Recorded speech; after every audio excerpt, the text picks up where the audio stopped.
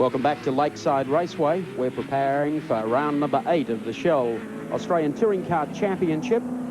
What a stellar lineup today at the Lakeside course. That's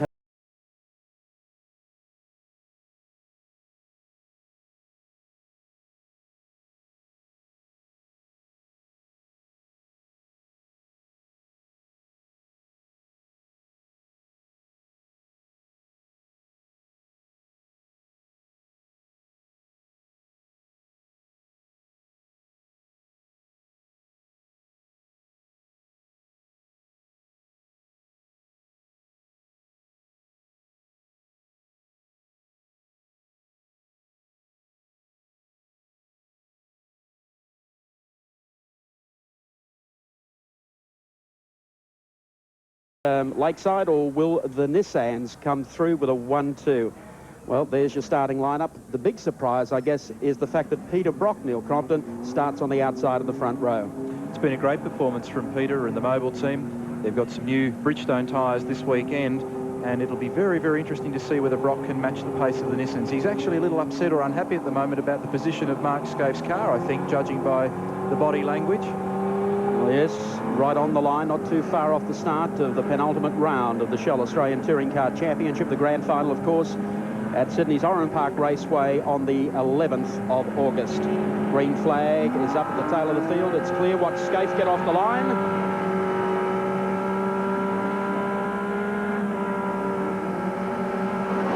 Racing, then they explode into life. Look at Richardson right in behind, and Johnson out on the grass. Trying to muscle his way past the BMWs. Bow goes the inside, Johnson the outside. Heading down to the carousel for the first time. You'll find it's Nissan 1-2, Brock third. Then the two Johnson cars, followed by the BMW. A brilliant start by Glenn Seaton, and Alan Jones pushing up here on the inside. They're off to a great start. Now they head down towards the Dunlop Bridge.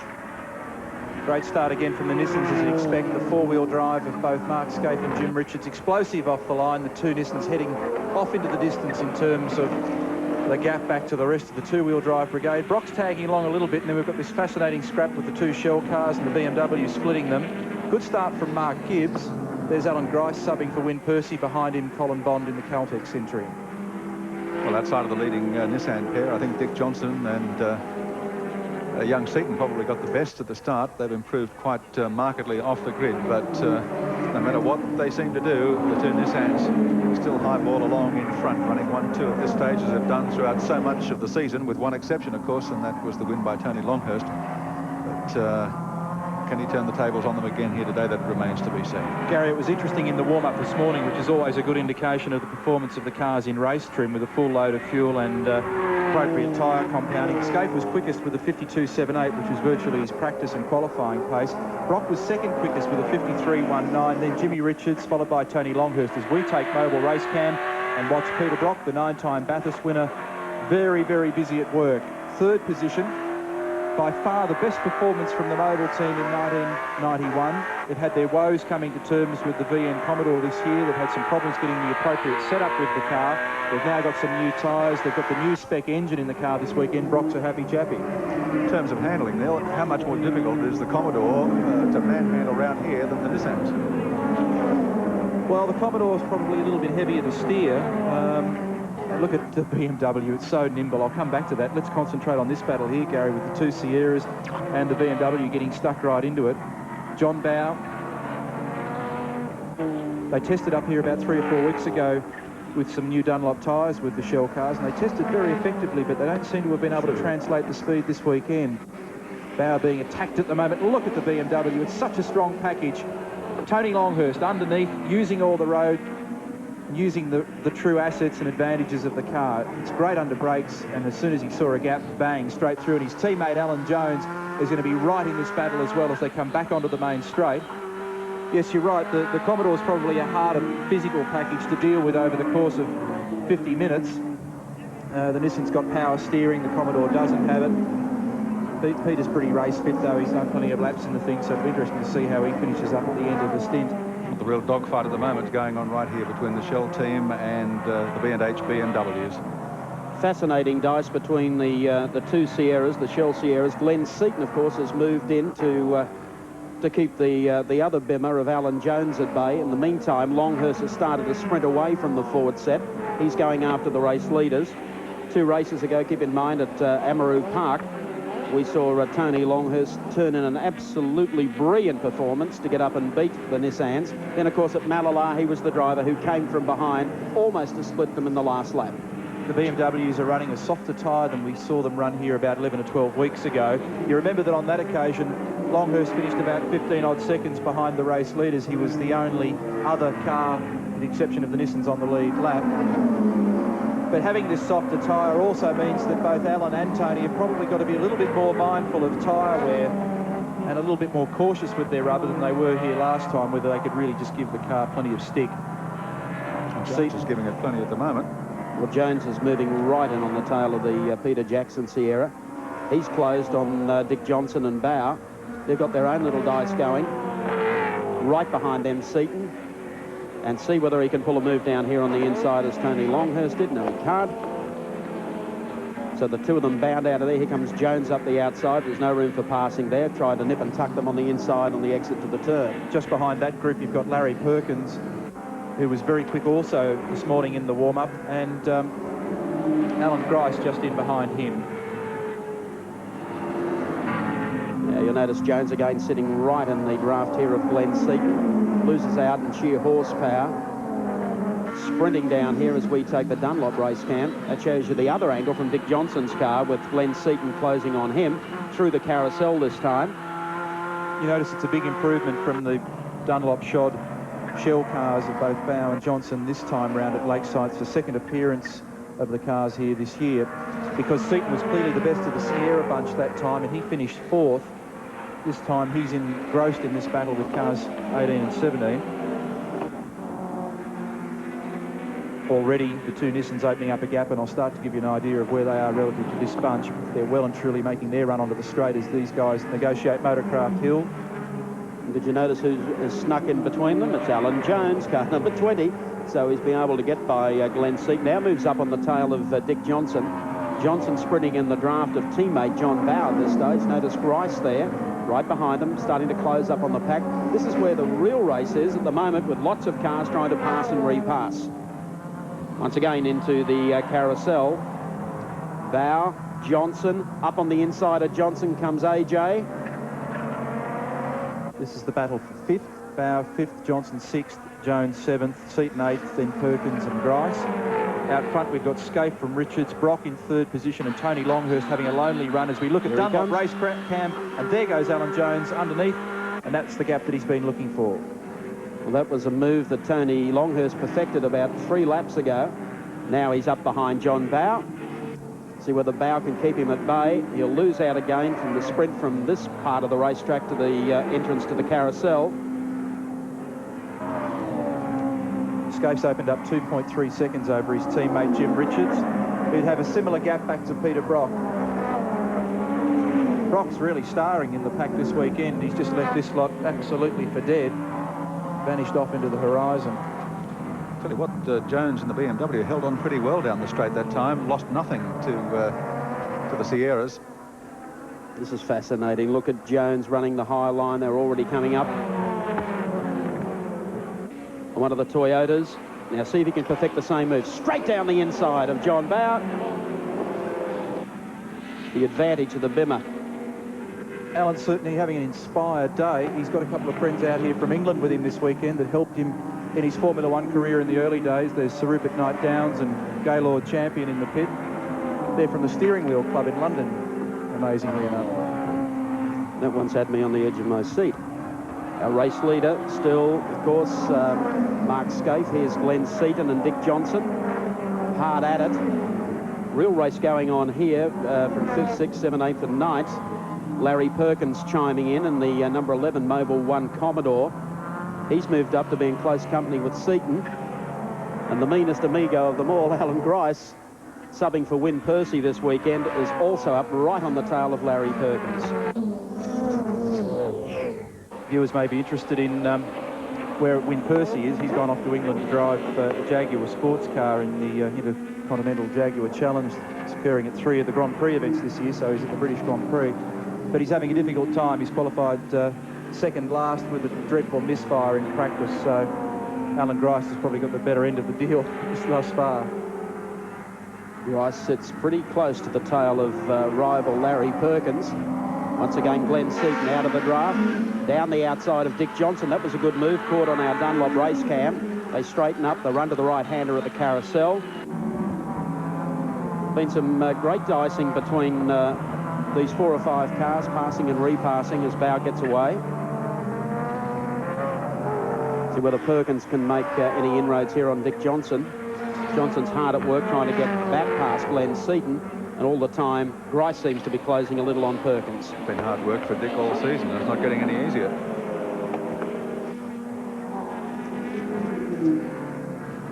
Up they come to the top of Motorcraft. Not a split inch between them. Perkins desperately looking for a way through here. 4.6 seconds is the gap from Jim Richards to Peter Brock. But interestingly now, Gary, Brock finds himself under threat from Tony Longhurst, who's cleared away from this group, is making an enormous amount of ground. There's our race leader, Mark Scape. Fabulous time in practice yesterday into the 52s. Yeah, 52.78, his qualifying time to take pole position. That was 1 second under the existing lap record here, which in fact he holds. So I wouldn't be surprised if that lap record goes by the board today as well. Well, it's strung out a little at the front with Mark Scaife leading comfortably from Jim Richards. Here's the scrap for third, Peter Perfect, 05 Mobile Commodore, and right behind him, the aggressive Tony Longhurst, stalking after the 2 Nissans as they come down the front straight. And the bloke in the little yellow B&H 25 is going to keep Brocky busy. Izzy Watt, straight down under brakes. Now Brocky will try and snitch him again on the inside. No chance on the exit of the turn, because Longhurst is out right on the ripple. He is now advanced into third. It's cost him plenty of tyre wear though now. Yeah, he nipped up the front right a little bit just heading in there as we take the speed cam shot. Interestingly, the gap from these 2 guys back to Alan Jones in the second B&H BMW is 9.6 seconds, and I think you'll find in the coming 5 to 10 laps that gap shrinks dramatically, and Peter Brock will come under threat from the other BM. All right, Tony Longhurst in the clear now in third place. He's got by Peter Brock. He's got Jim Richards yet to account for, if possible, and Mark Scaife in the front running this ends. There's Jimmy Richards just going out of shot at the bottom of the screen, so the gap to Tony Longhurst is not all that far. Look at the gap that Longhurst has split over Brock into the carousel this time around. If you recall Malala, he came from absolutely nowhere in the closing 10 laps of the race, Tony Longhurst, to move up on the tail of Jim Richards. If it had gone another lap or so, maybe he may have been able to split Richards and Mark Scaife. Of course, today's the penultimate round of the championship, the grand final of the series at Oran Park in Sydney on August 11th. Then, of course, everyone will be planning for Bathurst.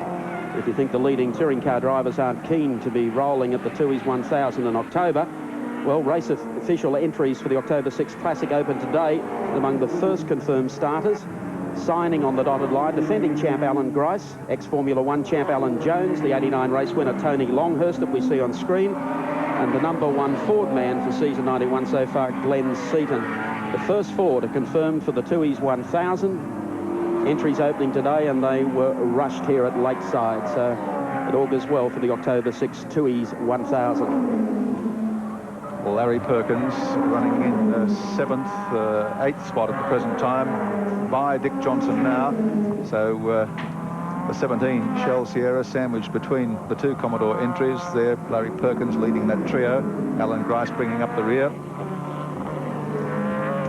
Up front, of course, we've still got the Nissans, the unbeatable duo at the present time. Mark Scaife leading Jim Richards on our Shell race score. There are the placings as they stand at the moment. Scaife and Richards in the Nissans, first and second. Longhurst third in the BMW. Peter Brock in the Mobile 1 Commodore, and Alan Jones in the second B&H BMW. Alan Grice in trouble off the edge of the circuit in the first of the right-handers that represents the carousel at the end of the straight, and Dick Johnson involved in that as well, car number 17. So there was more to the story. Cars 16 and 17, Alan Grice and Dick Johnson. They were battling for 7th and 8th positions, as Gary mentioned a few minutes ago, and they've got all out of shape and disappeared off into the carousel, and a lot of steam coming out from under the bonnet of the Johnson car. Let's take a look at a replay and see whether we can get an idea of what happened here. Oh, Grice making contact with the left rear of Johnson's car and enough to spin him around. Well, that just leaves John Bowe now to fly the shell flag in this battle. And haven't the cars evaporated out of that scrap now? They certainly have. Bowe trying to contain Glenn Seaton. The two of them have been together for, what, about the last 6 or 7 laps. Seaton was involved with challenging Johnson at the same time. So the title of the hot running Ford man. Oh, Bowie's gone. There she is, the full 360 right across the racetrack. They're able to miss Larry Perkins, who came through. Fair dinkum, there have been more cars out on the doing Victor exercises on the grass at Lakeside this weekend. I think I've seen in 4 or 5 races. Look at this. Gets the tail out onto the grass, the loose stuff, and it has G-O-N-E gone. And so too is Glenn Seaton. He must have been laughing. The Bowe car looked a little smoky too prior to that. Now we'll check that gap from the Nissans to the BMW. It's now 3.5 seconds, Gary, from both these cars to Tony Longhurst. Now that's significant. At this race last time, there's no way Tony was that close after 18 odd minutes of racing. This is great. Sorry, Matt, this is great stuff though, because Richards is now all over Scaife. As they come down beneath the bridge, Mark Gibbs there in the GIO Commodore. Now, see if he tries to push a passage down on the inside. Good driving from Scaife. Let Mark Scaife through, and Richards didn't hold them up. And I would think at this stage, Mark might be feeling just a little bit of pressure. He knows that if Richards can get by him and lock this one up today, the championship basically is almost his. And what's the gap back to Longhurst? 3.5 seconds on the last lap. I'll recheck it for you.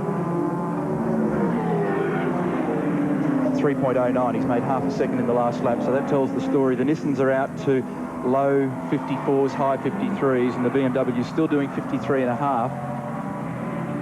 Well, but that might also not work in Tony Longhurst's favour at the end of the day, because he might literally run out of rubber. And it's not that cool. I know it's cool in various parts of Australia at the moment. We've got a 20-degree day here at Lakeside, and that'll be giving the tyres some hard work.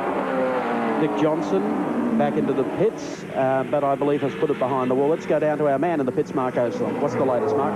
Mike, the story in the pits is we expected Johnson to come in for a stop for tyres. He just drove straight past his pit bay and put the car back in the garage. The reason was the radiator was damaged in that collision with Grice, so another DNF for the Johnson team. Not a good weekend for them. Absolutely right. Thanks for that report.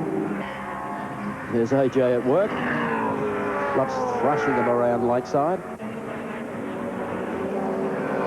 He's been in very, very good form this weekend. He's not a huge fan of the Lakeside layout, but he qualified exceptionally well. He was very quick in the warm-up and put in a good performance so far in this race as Larry Perkins comes to the pits in car number 11. The Mobil team have got insufficient stock of their Bridgestone tyres at this stage. They'll have more arriving during the course of the next week, where they're doing some testing in Sydney. They'll also be testing the Bathurst co-drivers Thomas Mazira, but they're hopeful of getting a full stock in the not-too-distant future. Hope you're enjoying this 8th round of the Shell Australian Touring Car Championship from Lakeside Raceway in Brisbane. Here's the order. Race leader, the youngster Mark Scaife, just in front, clear of teammate Jimmy Richards, and right behind them and coming at them is Tony Longhurst in the Benson & Hedges BMW. 0.54 of a second is the split now between the leader and Tony Longhurst. And the last time through, Scaife's lap was a 54.42, so they're actually losing more speed, where the BMW is maintaining its speed in the high 53s. Well, Jim Richards, ham in the sandwich here, got a real dilemma on his hands. He really wants to get past his teammate, and look at this. to do so. There he goes, Richards straight through on the inside of Scaife and hangs him out to dry just a little. But then again, it's time for the attack of the 25 B&H. No problem with Scaife's car. Yep. He left a lot of room through Hungary Corner, which surprised me, and I thought at the time that was a little strange because there are no team orders between the two Nissan drivers, so Scaife with a problem. That would account for the reason why he suddenly lost the ground that he'd made on Richards early in the event. So it becomes a 2-horse race at the front of the pack, and Longhurst is on the charge. Let's go down to the pits and see what's happening here with Fred Gibson and the team. Mark Osler down there. What can you see? Well, Mark Scaife in some sort of tyre trouble. They're changing all 4 tyres. I was talking to Fred Gibson earlier in the day. They're running the same compound they ran here in round 4 in April, but the pace is up about half a second, so maybe this is just taking the toll on these tyres. Well, a pretty quick stop just the same. Out he goes, and meantime, Jimmy Richards in the number 1 Nissan GTR is trying to fend off Tony Longhurst as they come down the Motorcraft Hill. Jim perhaps has been a little easier on his tyres. We'll have to wait and see. So Mark Scaife has lost the best part of a lap in that tyre change.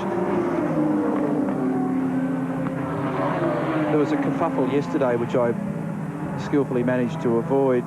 If it ended up being political wars in this touring car game, but Mark had a spin, which many people may have seen on 7 National News last night, and damaged the tyres. As many viewers would be aware, the touring car teams have to choose the 4 tyres that they want to both qualify on and race on, and it's 4 tyres that are marked, and then you're stuck with. Oh, look at Longhurst here. He's in position for a pounce, goes round the outside, an amazing manoeuvre from Longhurst, and he takes the lead of round 8. Fabulous bit of driving from Longhurst. Good, brave stuff around the outside. Crowd really appreciated that move from their local boy, Tony Longhurst. Richards to the pits, is it? Yes, Richards in. Run out of rubber. Unbelievable. Mark Scaife, by the way, rejoined the race in 6th position, now moves up to 5th, with Richards coming in for a presumably tyre change. One of the mobile cars has been in. Was that Brock? Well, given the fact that Perkins was in earlier, I suspect so. Our man on the spot is Mark Osler. Jim Richards, teammate to Mark Scaife, same problem. These tyres are blistering. You can't see it on camera, but I've got one of the cameras here, and it is absolutely shot to pieces. So Richards obviously has the same problem. Oh, but just look at the tyres that came off the front of the GTR. They are also completely gone. New tyres going on. They're having all sorts of problems with the wheel nuts, with the heat expansion that these things seem to go through. All 4 wheels back on now. Richards back off the jacks. Boy, this was unexpected this morning. Quicker stop than Mark Scaife, but still costly. Now, what sort of shape are the Longhurst tyres in? He's had to work very hard. Remember, he had to make the ground in the early stages, which meant that he had the tyre. And look, he's signalling to the pits. What's all that about? I'll be in next lap, probably. He was signalling that time for sure. And are they all playing pit stop games? Oh. And off goes one of the Shell Sierras yet again. And it's got to be John Bower, because we know that Johnson's in the pits. That's the 2nd time round for John today. It's been a tough weekend for the Shell team. The car we spotted in the pits as Jim Richards went in was Peter Brock in 05. He's back out again in 9th place, and Jim Richards rejoined the race in 11th place. Lap scorer's nightmare. Yeah. What I was going to say before things got a little hot was that Mark yesterday had a spin and damaged the 4 chosen tyres, and the stewards of the meeting and the race director heard an application from the Nissan team for him to use 4 new tyres, but from what I can understand, he wasn't actually issued with new tyres. At the recommendation of the other teams and the stewards of the meeting, they asked that the tyres be second-hand tyres of the equivalent wear from those, so it would suggest that Mark ran out of rubber a bit earlier. Let's have a look at a replay of the John Bowe incident in the carousel, same spot that Grice went off, and he was involved in it with, I think, Colin Bond. Oh, Bond, was it? I thought it might have been Mark Gibbs. Cars look very similar. Looks like he ran up the inside of him and they just looped the car. Well, a busy old race. It certainly is. It's like a pack of cards they've all blown over at the moment. Tony's arm out the window again. Will he stop, or is he in strong enough shape to press on?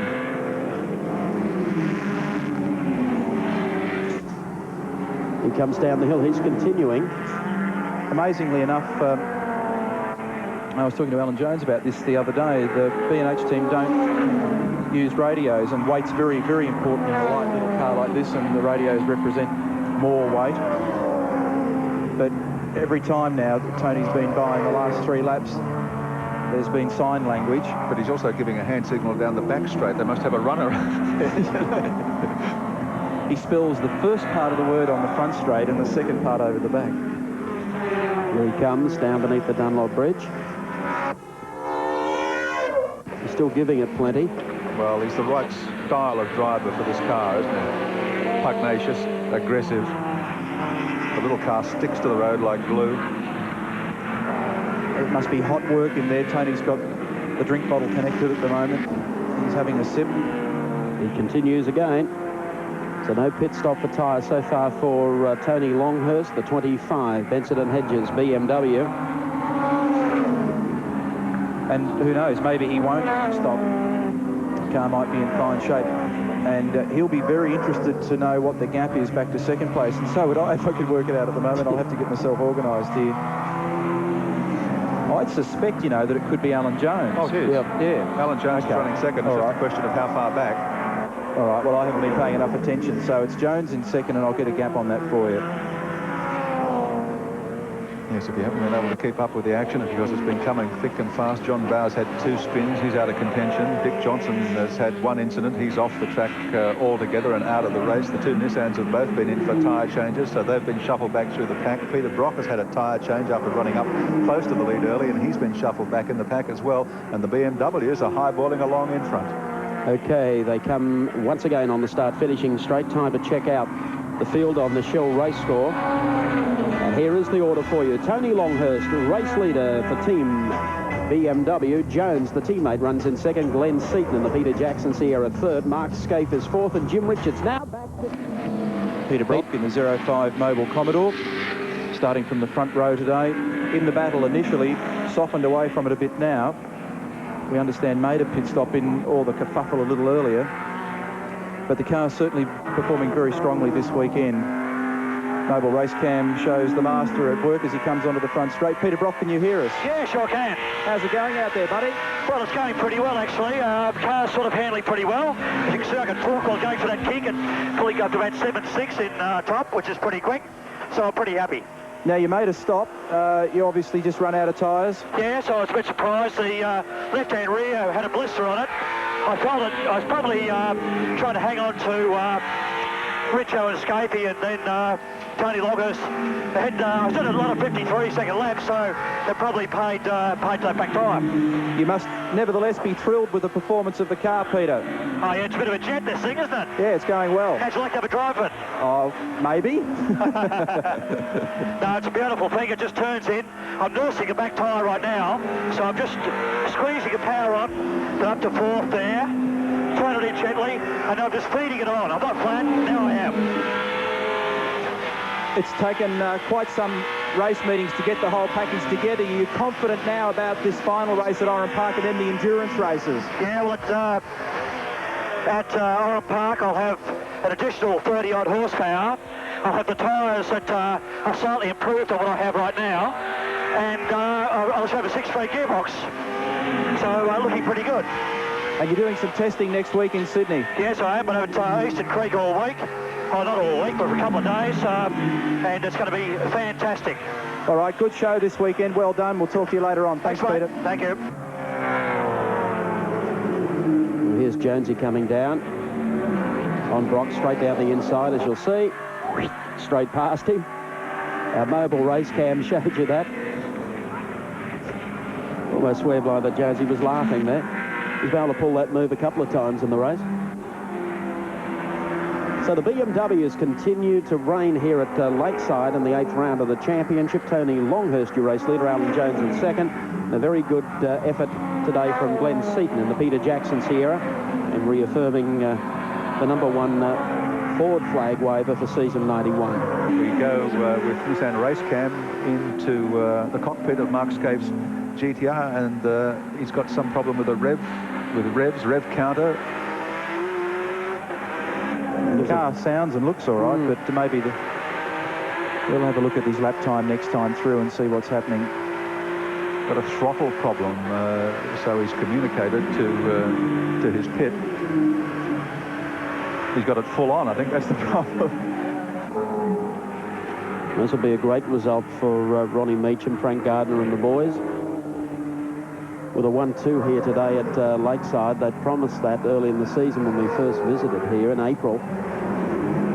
Today they've been able to do it very, very convincingly. And to his credit, Tony has really become stronger in each round of the championship. His efforts at Malala, I thought, were sensational, where he was able to come right through the field.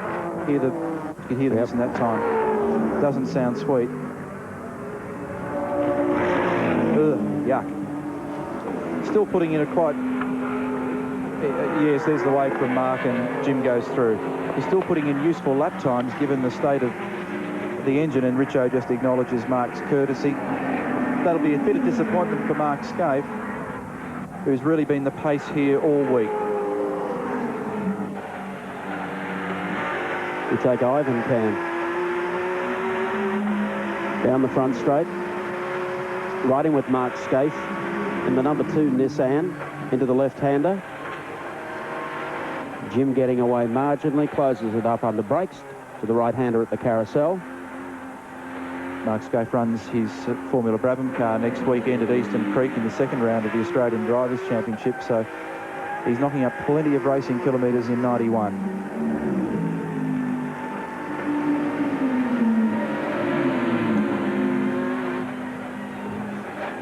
Beneath the bridge and heading up to the top of Motorcraft Hill.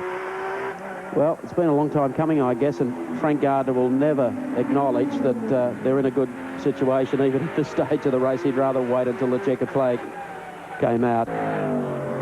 But Tony Longhurst, though, here he goes, driving superbly here today at Lakeside Raceway, and I think it would delight Frank Gardner. Frank?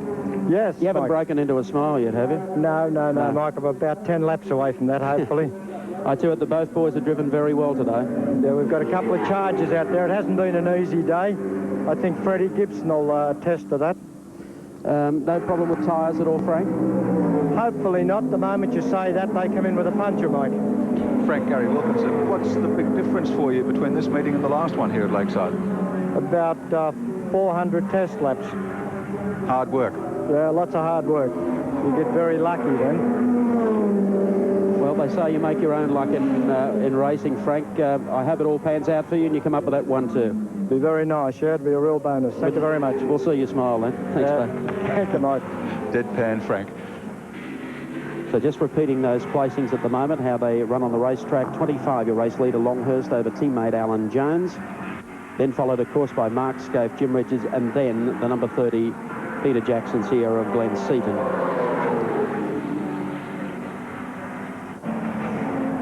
It's one of the cars that does more than make up the numbers in these rounds of the Touring Car Championship, running virtually a battle, I guess, of their own among some of the smaller and not quite so competitive cars. Peter Verheyen in the Corolla, car 48, running well back in the field, but nothing to be ashamed of because there's a few big names out there like Larry Perkins as well. Tony Longhurst. And he'll still be putting in some pretty frantic laps in these closing stages. And if they can pull it off, and they're only moments away from it, a BMW 1-2 is a very, very strong result and a very hard thing for teams to be able to pull off. Makes a big change from a Nissan 1-2. We've seen plenty of those this season, but they are not invincible, as Tony Longhurst proved at Amaroo Park, and as Tony and Alan Jones look like proving here again today. Well, Fred and his team have said that all along, while everybody wanted to rip the front diff out of the car and change it from a four-wheel drive to a two-wheel drive and all the rest of it. But there were teams that, when their homework was all totally organised, were going to give them a bad time, and that's been proven at least twice this year, and it's been by the Benson and Hedges team. So the order is Longhurst from Jones. In third place, it's Jim Richards. In fourth place, it's Mark Scaife. In fifth place, Glen Seaton. And in sixth, Peter Brock. What this will do, it'll leave the championship unresolved all the way to the wire at Oran Park. Naturally, Team BMW won't have enough points to be able to overhaul them for the championship or their drivers. Yes, but with no team orders for Scaife and Richards, it's going to be an absolute ding-dong between the two of them, whether they finish first, fifth or last. Absolutely.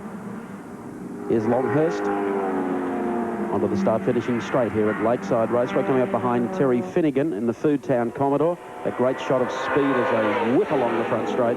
Last lap board out now as Longhurst is going to do something he's been trying to do for a year or so, and that's win a biggie here at Lakeside Raceway. And particularly a round of the Touring Car Championship. The exit from the carousel now through the sweeper here down beneath Dunlop Bridge. I'll tell you, he seems to be driving the last lap as quickly as he drove the first few. To the left-hander at Hungary. Not too much traffic to have to worry about. Can't wait to see the checkered flag. No one within Cooey. The nearest challenge from teammate Alan Jones, and that's not a challenge at all because he hasn't closed up any in the last several laps. Certainly hasn't. Tony lines it up for the checkered flag. Coming out of the last corner, a great 1-2 here at Lakeside today for Team BMW. The Nissans back to third and fourth, and Longhurst, the Queenslander, takes victory on home terrain. And here comes the Nissan, so the BMWs absolutely have decimated the Nissans here today at Lakeside, setting up a marvellous grand final at Oran Park. Time to check them out for you on the Shell race score. Well done, Tony Longhurst. Brilliant drive, Alan Jones. Third, a credible third to Jimmy Richards. Fourth to Mark Scaife. And once again, Glenn Seaton, the first of the Ford. No doubt about it. What a ripper race. A fabulous contest here for round 8 of the Shell Series. And third place today, Jim Richards. Congratulations. Boy, what a tough one, and a tyre stop. Very unusual for you guys. Yes, it was. We ran the same tyres as we ran here last time, and we just got through, but we were a little bit quicker this time and a bit harder on the car, so we had to stop, but it was good effort. Yeah, you've all come back in here smiling and enjoying this race, telling each other how it all went. It must have been a bit of fun. It was good. I mean, we had to sort of try and catch up and also conserve the tyres, so it was a tactical race, and congratulations to Tony Allen. They drove superbly. Bit of disappointment for your teammate Mark Scaife, though, with some problems. Yes, but I think it was just his tyres were getting a little bit down. He pressed on pretty hard at the start, but no, good effort from Mark. All right, Jim, look forward to seeing you at the grand final in a few weeks' time. Another great drive today, and not far away from that next title. Second place today, and a fabulous result for the Queenslanders, for BMW and for Benson and Hedges. Congratulations, Alan Jones. It was a great drive. Thanks, Neil. It was great, yeah. Boy, those little BMs are a hard thing to toss around here when you get them right. Well, Tony's been coming up here on a weekly basis testing, and you can see the dividends. Fantastic. He's given me a really good car. Yeah, and you had some friends here to help you along today too? Yeah, I did, actually. Sir Rupert Knight Downs and Gaylord Champion were here, so it was good to go on in front of them. Some problems earlier in the year just getting the thing up to speed and getting it right, but now this looks pretty good for the final race of the series and the longer races. Yeah, it hasn't always suited my particular driving style, and I must admit that, you know, Tony has altered the car, and as you can see, it's come up with a great car for me. Congratulations, Alan. A wonderful drive. Everybody was very impressed. And the winner today, great performance from Tony Longhurst. A 1-2 for the team. You must be ecstatic. No, just over the moon, Neil. It's been a very big day for me in more ways than one. Tony, where to from here? Oran Park. Naturally, we're very happy with our result here, but we're going to work hard on the cars, and perhaps we can knock the Nissans off at Oran Park in 3 weeks' time. Tom Smith to make the presentation to you. On behalf of Shell, Tony, magnificent effort. Congratulations. Thank you. And a terrific performance from Tony Longhurst and, of course, his teammate Alan Jones. And the interesting thing now in the point score, we've got Jimmy leading with 137. He's only 15 points clear of his teammate Mark Scaife, with Tony Longhurst in third position, 98. Glenn Seaton behind him with 60, then Alan Jones with 56. And we've got a lot more sport to come here on 7. Make sure you join us Wednesday week on 7 for the second of the 4X Rugby League tests between Australia and New Zealand from the Sydney Footy Stadium. The Kiwis are one up in the series, and this should be a ripper. Viewers in Brisbane, Sydney, Melbourne and Adelaide will see the test in prime time with a late-night replay in Perth. And don't forget, the third and deciding test will come your way from Lang Park, Brisbane, a week later on Wednesday night, July 31st. On Sunday, August 11, we'll be at Sydney's Oran Park for the grand final of the Shell Australian Touring Car Championship, and what a race that promises to be. And there'll be a big bonus for Sydney viewers on that day with extended 2-hour coverage between 4 and 6. You'll see the return of the Superbike stars, including Slight, Campbell, O'Connor, Bonges and Doohan in the Shell Superbike Sprint Series. Oran Park has it all on Sunday, August 11th, and so do we on 7. Well, a lot of sport coming up on 7 over the next few weeks. We sincerely trust that you've enjoyed our coverage from Lakeside today. My thanks to Gary Wilkinson, Neil Crompton and Mark Osler. We look forward to your company a fortnight from today for the AMSCAR Touring Car Final from Amaroo Park. Goodbye to Len.